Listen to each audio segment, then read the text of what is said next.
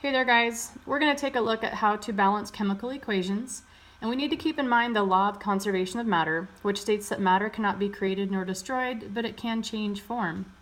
Sometimes you'll be presented with a chemical equation, and you can see that in this case two reactants make a product. But if you look carefully, you'll see that somehow we magically generated more iron and more oxygen than we started with. Well, that completely breaks the rule.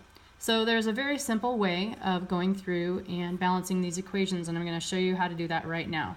First thing that I like to do is it's a little bit of some accounting where you list the elements that you've got, which in this case we've got iron and we have oxygen. And then I like to break it down on the reactant side. Remember, these are your reactants. And in this case, this is my product. And the arrow means yields. These two reactants makes this product. Then I go through and I do a little simple accounting. How many of each of these elements do I have on each side? On the reactant side, I can see that I have 1 iron and I have 2 oxygens because this subscript means I have 2. On the product side, I have 2 irons and 3 oxygens. Well, clearly neither of these match. And so the next step would be to go through with some basic multiplication and see if we can make them all balance out. First thing I would do is I would put a 2 right here. Remember, this is called a coefficient. Now this multiplies all the way through. This changes us to having 4 irons here and 6 oxygens in the product side. So now what can I do on this side to make this balance out?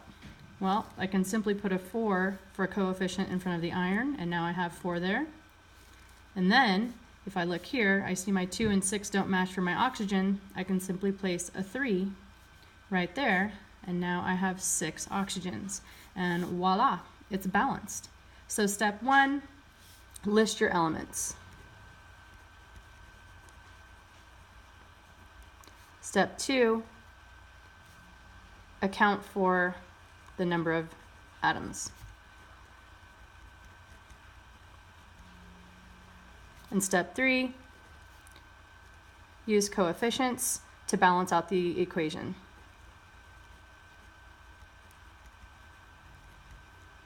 So I'm going to go through and do these next 4 examples. I would encourage you to take a look at each one, pause the video, and do it yourself.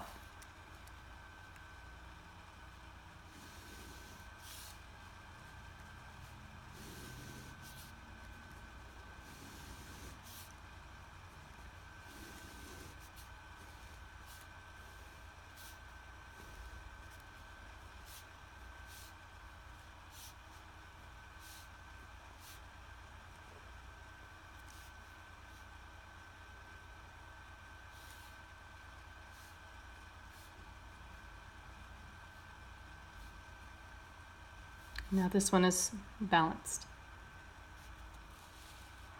Example 3.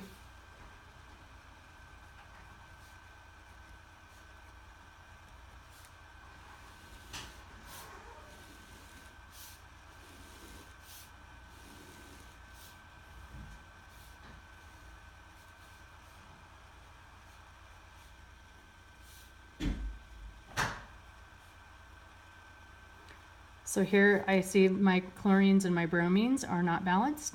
So if I put a 2 right here, this makes this 2 and this 2.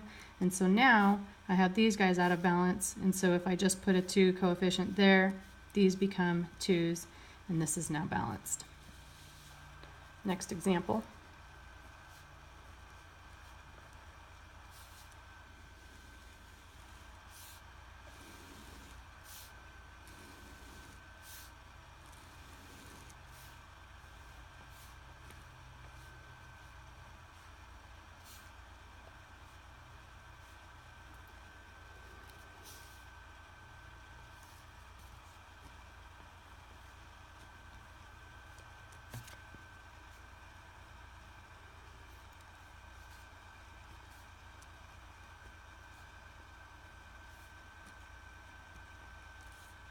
Hopefully that's what you came up with as well.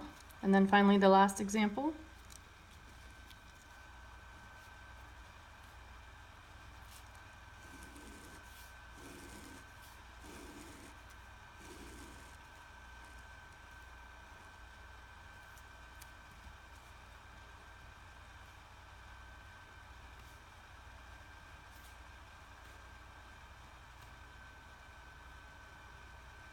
Even though these numbers are large, don't be intimidated.